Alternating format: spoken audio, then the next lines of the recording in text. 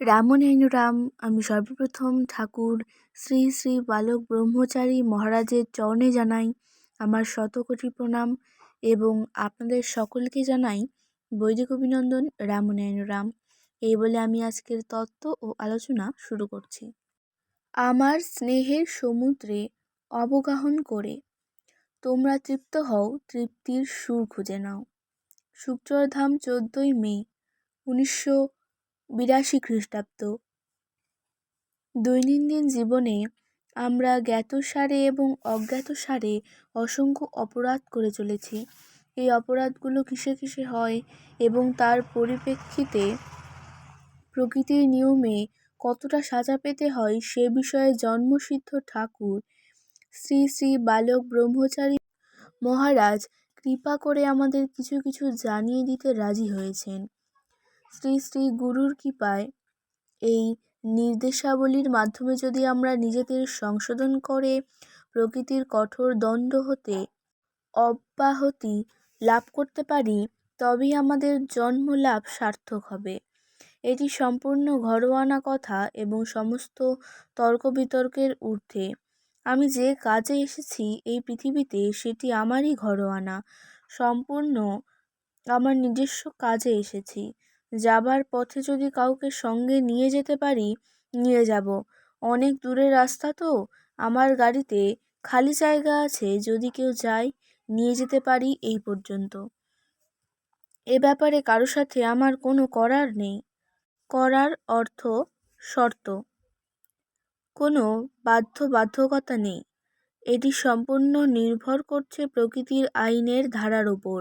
আমি সম্পূর্ণ আইন মেনে চলি। এখানে যত আইন আছে কোনোটিরই বিন্দুমাত্র ব্যতিক্রম করি না। তোমরা যদি প্রকৃতির নিয়মের ধারা মেনে চলো, সুখের সংসার গড়ে তুলতে কোনো অসুবিধা হবে না। তোমাদের অনুরোধেই অসংখ্য অপরাধের কিছু কিছু জানিয়ে দিলাম। সব কিছু জানানো সম্ভব হলো না, সময়ও সংক্ষিপ্ত। এতে যদি কারো উপকার হয় উত্তম কথা, আর কেউ যদি এ জানানোতে গুরুত্ব আরোপ না করে, গতানুগতিকভাবেই জীবনের গতিকে এগিয়ে নিয়ে চলে, সেখানেও আমার কিছু বক্তব্য নেই। আমি জানার পথের পথিক, সম্পূর্ণ নিরপেক্ষভাবে জানিয়ে দিয়ে যাচ্ছি মাত্র। মনে মনে মৃত্যুর ইচ্ছা হওয়াটাই অপরাধ।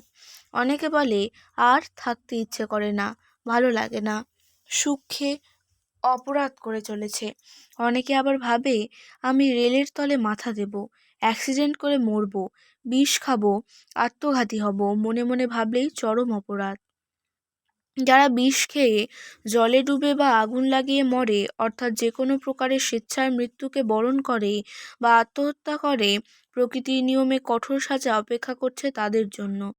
অনন্ত কোটি বছরের জন্য তাদের আগুনে ফেলে দেওয়া হয়। সেখানে মৃত্যু নেই, আছে শুধু আগুনের দুঃসহ জ্বালা। তারা শুধু জ্বলতেই থাকবে, মরবে না। তাই মনে রেখো, সংসারে ক্ষণিকের জন্য অশান্তি সহ্য করতে না পেরে সমস্ত জ্বালা যন্ত্রণার হাত থেকে রেহাই পাওয়ার জন্য কত কোটি বছরের যন্ত্রণা টেনে আনলো তারা। তোমরা কখনো এমন করো না। যে কোনো ব্যক্তি যে কোনো কারণে যে কোনো কথা বললে সেই পরিপ্রেক্ষিতে সেই কথাটুকুই শুধু শুনবে, ধারণা করে বাড়তি কোনো কথা বলবে না। তোমার আচার আচরণে কোনো রকম অসৌজন্য প্রকাশিত হলে মা বাবা অথবা বয়োজ্যেষ্ঠ ব্যক্তিরা সে সম্বন্ধে বলবেনই। যেমন কাউকে হয়তো বলা হলো, এত অবেলায় ঘুমাচ্ছিস কেন, না বলে কোথায় বেরিয়ে গিয়েছিলি, ওখানে চুপ করে বসে আছিস কেন, এত যে ডাকাডাকি করা হচ্ছে শুনতে পাচ্ছিস না। এর উত্তরে যদি সে বলে, কেন আমি বুঝি কাজ করি না, আমি একটু বসলেই সকলের নজরে পড়ে, আরও তো অনেকে আছে, তাদের তো বলো না, আমাকে বলতে বুঝি খুব সুবিধা, অপরাধ? নম্রভাবে সহজ সুরে তার উত্তর দেওয়া উচিত ছিল। কোনো সহজ কথাকে বক্রদৃষ্টিতে গ্রহণ করে যদি উত্তর দেওয়া হয়, এটাও অপরাধ। সহজ কথার প্রত্যুত্তরে যদি ব্যথা বা দুঃখ লাগে, তবে যার কথায় আঘাত পেলে তার অপরাধ হবে। মনে করো তুমি কারো উপরে রাগ করেছো, সেই রাগের যথাযথ কারণ থাকতেও পারে, নাও থাকতে পারে। সাধারণত ঘর সংসারে মানুষজন যার উপরে রাগ করলো, তার সব কাজ বক্রদৃষ্টিতে দেখতে লাগলো। তার হাঁচি কাশি কথাবার্তা সব কাজেই তখন ত্রুটি খুঁজছে। সে যদি হাসে, ওই আমাকে দেখে মুচকি হাসলো, ওই আমাকে দেখে নাক সিটকালো।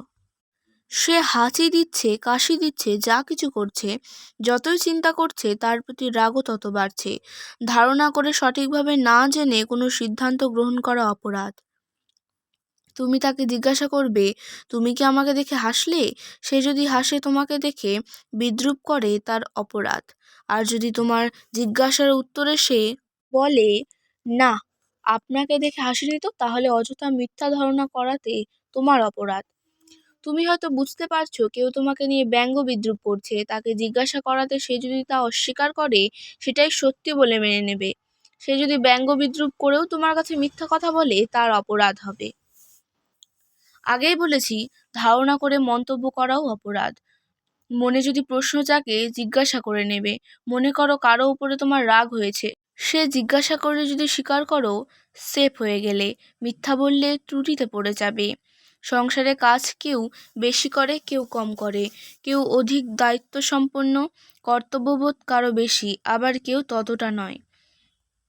সাধারণত সংসারে কাজ থাকে অনেক। মনে করো কেউ এড়িয়ে গেল, ফাঁকি দিল, কাজ করলো না, সেখানে দেখতে হবে তোমার এড়িয়ে যাওয়ার বুদ্ধি হয়েছে কিনা। অন্য কোনো কাজের নামে, অন্য কোনো কাজের দোহাই দিয়ে বাড়ি থেকে বেরিয়ে গেছো কিনা, সংসারের কাজের চেয়ে তোমার কাজটির প্রয়োজন বেশি কিনা। যদি তোমার কাজটির প্রয়োজন বেশি থাকে, রক্ষা পাবে, না হলেই ত্রুটিতে পড়বে, আটকে যাবে। অন্যে কথা বলছে, হাসাহাসি করছে, কখনো ভাববে না তোমাকে বলছে বা তোমাকে নিয়ে বিদ্রূপ করছে। যাতায়াতের পথে অন্যের কথাবার্তার মাঝে একটি শব্দ তোমার কর্ণগোচর হলো, তুমি তার অগ্রপশ্চাৎ বৃত্তান্ত কিছুই জানো না, অমনি শব্দটিকে নিজের সম্বন্ধে ধরে নিয়ে মুখ গোমরা হয়ে গেল। জানি জানি আরম্ভ হলো, দুঃখ হাহুতাশ শুরু হয়ে গেল। সম্পূর্ণ না জেনে দুঃখ পাওয়া ত্রুটিমূলক। ধারণা হলে জিজ্ঞাসা করে নেবে, যাকে জিজ্ঞাসা করলে সে হয়তো বলল, এই শব্দটি এই কারণে ব্যবহার করেছি, আপনার সম্বন্ধে বলি নাই। যদি আড়ালে কেউ কারোর সম্বন্ধে ব্যঙ্গ বিদ্রূপ, নিন্দা, সমালোচনা করে, তার অপরাধ। মনে করো কর ধারণা খও গড় তার সমালোচনা করে, তখন ক পরিষ্কার জিজ্ঞাসা করবে খ ও গকে, তোমরা কি আমার বিষয়ে আলোচনা করছো? খ ও গ হয়তো বলল, হ্যাঁ করেছি, তখন জেনে নিতে পারবে কি আলোচনা করেছে। আর যদি বলে না করিনি, তখন ক বলে দেবে, আমার মনে ধারণাটি জেগেছিল, তাই আমি জিজ্ঞাসা করে জেনে নিলাম।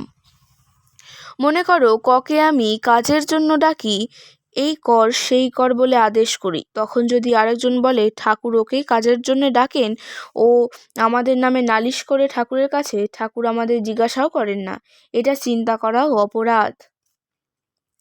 আজকের তত্ত্ব ও আলোচনা আমি এখানেই শেষ করছি। দেখা হচ্ছে পরের ভিডিওতে। ভালো থাকবেন, সুস্থ থাকবেন। রাম নারায়ণ রাম।